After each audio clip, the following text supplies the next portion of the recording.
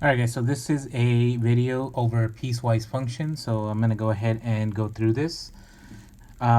Just as a reminder, my steps for piecewise is first to define the amount of pieces.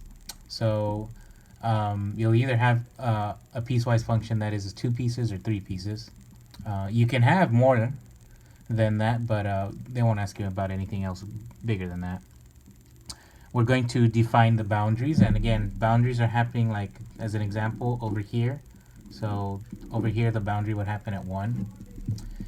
Describe the transformation of each piece. So this is where we use our equation, the a f of b x plus c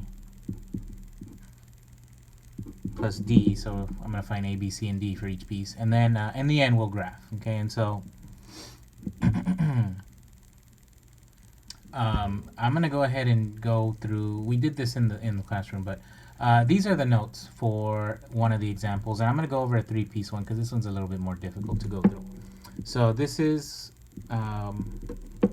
step 1 is to define the amount of pieces. So here I can see I have 3 pieces. Okay. Second step here is to determine the boundaries. So here I see I have a boundary here at -4, and I see it over here also.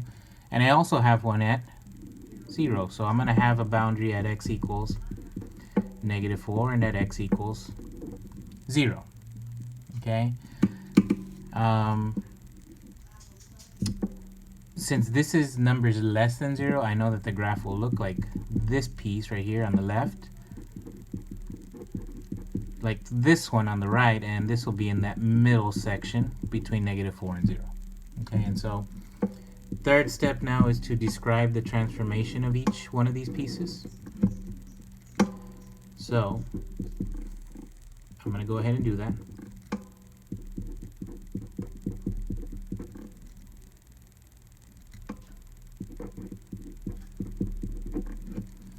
So on this one, right, in particular, I can see I have a value for c.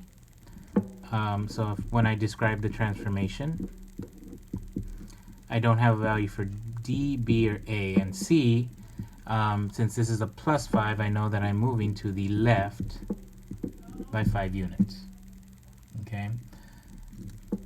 When I describe this transformation right here,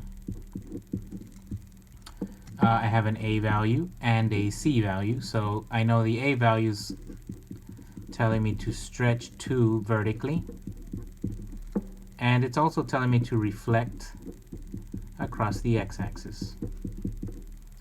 No, nothing for b. C is telling me to move to the left by 2, and I don't have a value for d on this one. And here, square root of x plus c, so all I have here is value for d.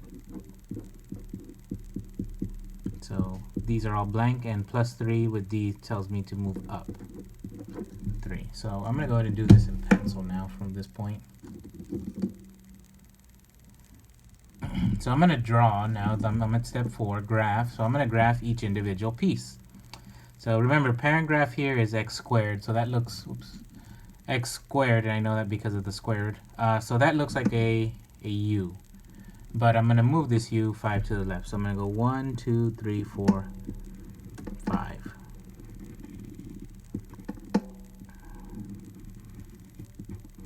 Something like that. Okay. And move forward here. Now I'm going to draw the absolute value, which in the before I move it, it just looks like a v. But it's telling me to move. I'm going to restart with the value for c. I move left 2, and then stretch it vertically, and then reflect across the x-axis. So that's telling me to do this.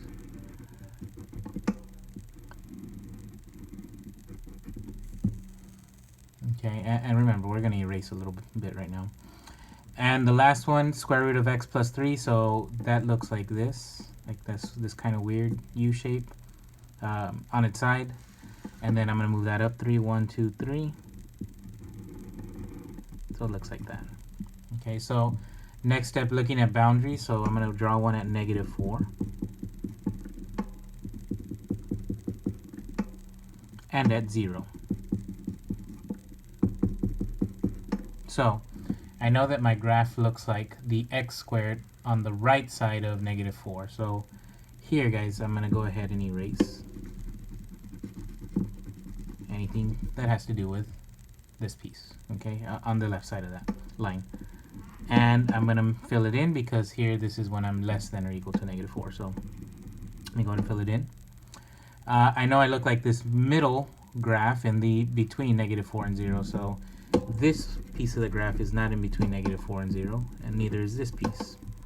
So I'm going to go ahead and put a open dot on this one because this is less than negative 4, and a closed one on the other side, like that. Okay, and the other piece when I'm greater than 0, so I don't have anything on the right side that I need to erase, so I'm going to leave this graph like this and just leave an open dot because of that right there. Okay, so this is my final piecewise function. So I'm going to go ahead and help you out like on a problem here. So determine, it's telling me g of f of negative 1. So they gave me the g equation, g of x is equal to 2x plus 1. And here what I'm asking is, first, what is f of negative 1? So I'm going to go ahead and work with that. Okay, so first I'm going to work with just the inside part. So I know that the f equation has to deal with this. This is the whole f equation. So my input at this point is negative 1. So I want to know where does negative 1 fall within this range. So negative 1 is not less than negative 4. So I don't need this piece of the graph. Negative 4 does fall between negative 4 and 0. So that would deal with this information right here. So this is the equation that I want to use. So I'm going to plug in negative 1 into that piece of the equation. And when I solve here, negative 1 plus 2 is positive 1. Negative 2 times absolute value of 1 is negative 2. Okay, so it ends up being this. Now all I've done is solve for f negative 1. So now I'm going to plug this into my g equation. This becomes my new input. And I have my g equation over here. So my g equation is 2 times negative 2 plus 1, which is negative 4 plus 1, which is negative 3. So g of f of negative 1 is equal to negative 3. That's my answer here.